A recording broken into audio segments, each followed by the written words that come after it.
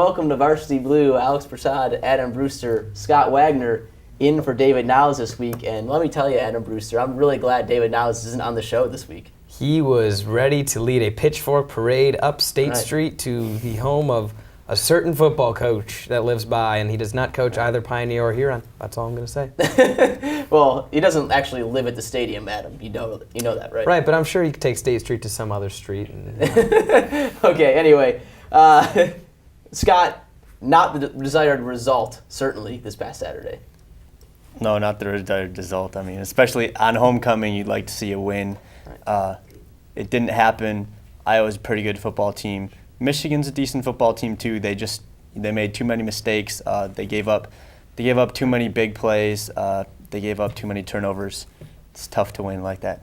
Right. We don't want to say too much now, but I still maintain that if you lose your starting quarterback, your starting center, your starting nose guard, when you're nose tackle when you're playing a three-man front, and you turn it over 4 times, you still almost win. I mean, it's not a win, but it's something better than just a loss, period. Anyhow, Adam Brewster, why don't you take us through what happened this past Saturday, homecoming, lots of old baton twirlers. Let us do it. Old baton twirlers who can throw it off the ground. Why there's not video footage of that, I don't know. Michigan coming out of the tunnel, fired up, bouncing back, hopefully after this Michigan State loss. We know they didn't, but get things rolling right away. Denard Robinson hits Junior Hemingway for 18 yards on Michigan's opening drive. And just a few plays later, Robinson will hit my boy Vinny Smith coming out of the backfield in the end zone, and then a great celebration ruined by an event staff member. Oh, just terrible timing. Michigan up 7-0 early. Later on in the first quarter, this is Iowa's Robinson. Adam Robinson gets things going for the Hawkeyes with a 14-yard rush. Robinson had a phenomenal day on the ground. More Robinson a few plays later. This run goes for 19 yards up the sidelines, a touchdown-saving tackle right there for the Wolverines. Iowa facing a 3rd and 10 right here, and Stanzi hits Darrell Johnson-Koulianos for a 14-yard score, and Iowa ties the game at 7. Next Iowa possession after a Denard Robinson interception, Stanzi hooks up with Adam Robinson, this time coming out of the backfield, but a 15-yard gain nonetheless. That was on 3rd and 14. Tough blow for the Michigan defense. And 2 plays later, Stanzi once again finds Johnson-Koulianos, this time for a 31-yard touchdown. Johnson-Koulianos had a monster day and was not done yet. More from him later on in the game. Michigan drove the ball downfield, opting to attempt for this 38-yard field goal. Yeah, Michigan having tough success right here. Camera right up in the face, but it would be blocked. Worst part about this yet to come, as the ball sits at the Iowa 11, and eventually Tyler Shash decides, hey, I can pick this up and run with it, and he will go 38 yards out wide before he is finally brought down at the Iowa 48-yard line. Stupid mental mistakes there for the Michigan Wolverines. Later on in that drive, more Adam Robinson, a 15-yard rush right here. He had 152 yards on the ground on the day. Awesome day for Adam Robinson. And 4 plays later on, he would close the drive out himself with a 4-yard touchdown run, in Iowa up 21-7 late in the second quarter.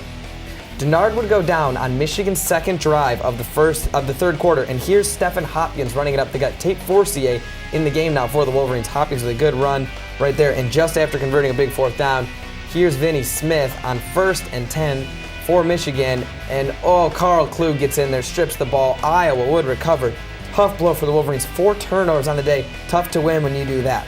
Next Michigan drive, Tate Forcier at the helm, and this looked identical to 2009. Runs around the pocket like a chicken with his head cut off, and just throws an interception right there, picked off by Micah Hyde. And on the next Iowa play, Stanzi hits his main man, Marvin McNutt. This would be a 34-yard gain, puts Iowa in great position to take command of this game.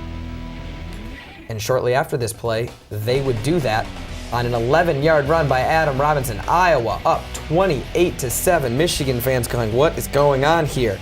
Michigan, though, not done yet. Tate Forcier right here completes a pass to Darrell Stoneham for 17 yards. Michigan driving, showing they would not give up. Stephen Hopkins would end the drive 4 plays later on this 2-yard score. Michigan down 28-14. On the ensuing kickoff, Seth Brookhuizen, who has taken over the duties from Brandon Gibbons, kicks the ball out of bounds, and Iowa will get the ball at the 40-yard line. Tough break for Michigan, and Brookhuizen and the Hawkeyes would capitalize off this Stanzi, for the third time in the game, finds Johnson Koulianos on this 19-yard touchdown catch. Down 21, 11:37 to go. Tate the Great Forcier last year led many drives, a 45-yard touchdown pass to one Junior Hemingway. Michigan still in this game, down 35-21. After a solid defensive stand for Michigan, the defense kept them in this ball game. It's Forcier and Hemingway once again, this time 31 yards down to the Iowa 3-yard line. And on the very next play, Forcier would keep it himself, and he will run in and score. Michigan down 7 now. Tate Forcier will run around like a happy schoolgirl, just pumping up the crowd, getting this crowd fired up. Michigan's only down 7. There are 7 minutes left to play. Remember that terrible kick by Seth Brookhuizen? Can't expect that to happen again, can you? Folks, this is not a replay. This is another kickoff. The same thing happened. Another kick out of bounds. Iowa gets the ball at the 40-yard line again. Iowa, a disciplined team, they would capitalize. 40-yard field goal here by Mike Meyer. 2-possession game. Michigan with minimal time left to score. And Tate Forcier just would put the nail in the coffin right here as this pass is intercepted by Troy Johnson, who seals the game for the Hawkeyes. Iowa comes into Michigan on homecoming, 38-28. They win. Denard's injury in the third quarter, big. David Molk getting hurt in late first, early second, somewhere in there, big. Mike Martin getting injured in the second quarter, big as well. With all those things combined, take a look at the stats for this game. You'll be surprised. Of course, just touched on the key injuries, the key Michigan players. Tate Forcier attempted a rescue right there. Fell just short as you saw, but when you take a look at the stats, a lot of surprising things, guys. Let's start with the first, just because everyone's always obsessed with the leader on the field, and that's a quarterback situation. You see Denard in his limited action, 205 total yards, over 100 yards rushing again. But Tate Forcier, 17 for 26, 239 yards, a touchdown, with 2 interceptions. But Scott, Rich Rod has said that Denard is the starter, Denard is the starter, Denard is the starter. If you didn't catch it, Denard's the starter. But is there a quarterback controversy here? There should not be a quarterback controversy. However, if Michigan's play calling stays the way it has been, there will be a quarterback controversy. Here's the thing. Denard Robinson as a quarterback, as a whole quarterback, is a better player. However, if you let Denard Robinson just sit back in the pocket, make him a flat-footed quarterback trying to throw long 15-yard bombs, that's where Tate Forcier is going to be better. If you utilize Denard Robinson's talents, get him rolling out, get him some naked bootlegs, he can have the option to run or throw. He's a much more dynamic, much more talented player than Tate Forcier. However, that's not what happened in the Iowa game. So, even though, Tate only went in after Denard had gotten injured, Tate Forcier looked better than Denard Robinson. But if you use Denard Robinson the way he should be used, he'll be a much better player than Tate Forcier. Right, and Adam, you were talking about a potential mixed strategy, if you will, where Denard plays, and if he's not setting the world on fire, perhaps Tate comes in to try to light up another team's secondary. Right. Certainly Denard has had more success running the ball this year than throwing it, but he's been able to throw it. Unfortunately, the problem comes in where teams are able to contain him within the pocket, and he kind of still looks raw when he throws the ball downfield. There was an interception to Tyler Sash where it looked like that interception he threw to Greenwood last year on Iowa. Start with Denard. If he can't get anything going with his feet, then maybe after 3-4 possessions, you bring in Tate, and you have the option of, hey, now we can play some dink and dunk, throw the ball downfield a little bit, and that confuses teams, that you have the option to do both. So that's the offensive story. I think everyone is in agreement that Denard's the guy, and Yeah. Of course, though, there's a lot of, I hate to do it, but there's some parallels with 2009 here, where the one guy's the Heisman Trophy candidate for the first couple weeks, and then once that kind of plays itself out, the backup looks to be a better option. Let's talk about the defense, though, Scott. Yeah, Adam mentioned that Adam Robinson had a very good game on the ground, 150 yards, but Iowa only averaged 3.8 yards a carry, held to 383 total yards. If you told me Michigan would suffer those 3 injuries and I would have over 400 yards of offense, I would have told you guaranteed win. Yeah. I mean, in the first half, Iowa's offense looked very good, especially compared to Michigan's defense. In the second half, it was a different story. I'll give Michigan credit on defense for some things they changed, but it also should be fair to point out that Kirk Ferentz had a very conservative offensive strategy in the second half of that football game, especially when they got up in the fourth quarter by so much. A lot of very simple runs up the middle, not expecting to get very many yards. So Michigan benefited from that. Amazingly, despite losing Mike Martin, the great nose tackle that you would expect. But definitely, I'm not willing to give Michigan's defense too much credit. They just still give up 38 points. All right, Adam.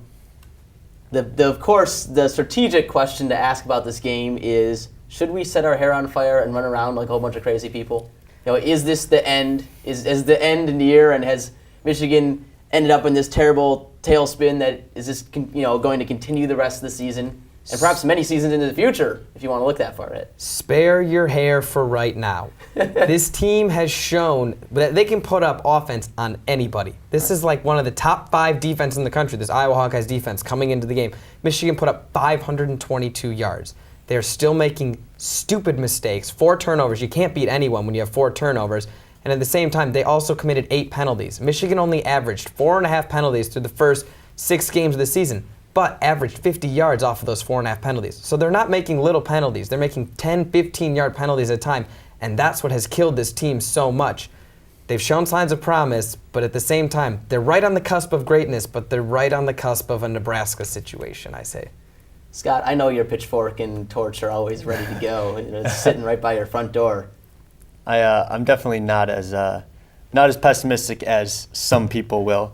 Some people were. You, for one, I know after the game may have been a little more pessimistic. Right. My head is telling me that Michigan is still in fine shape because a lot of the way they lost the past 2 games, you can point towards turnovers. My heart's pointing me the other direction because I've seen Michigan these past 2 seasons just collapse when it comes to it, especially last season, starting 4-0, ending 5-7. So I'm gonna have to give it a push. I just way to take a strong just don't stand know. there. All right, well, we don't recommend, just disclaimer, setting your hair on fire and running around like a crazy person. That's probably a bad idea. We have to go to commercial break, but coming back on the other side, maybe there was a silver lining to last Saturday. Ohio State, not looking very good. Stay tuned. Welcome back to Varsity Blue. Alex Prasad, Adam Brewster, Scott Wagner. Let's take a look at what happened in the Big Ten this past weekend, guys, and if you could drag yourself to watch more college football after Michigan's kind of depressing loss, we would have seen something kind of cool. Wisconsin just handing it to Ohio State. Terrell Pryor looking pretty awful. Also, before the Michigan game, that's a misleading score, a 26-6 victory for Michigan State over Illinois.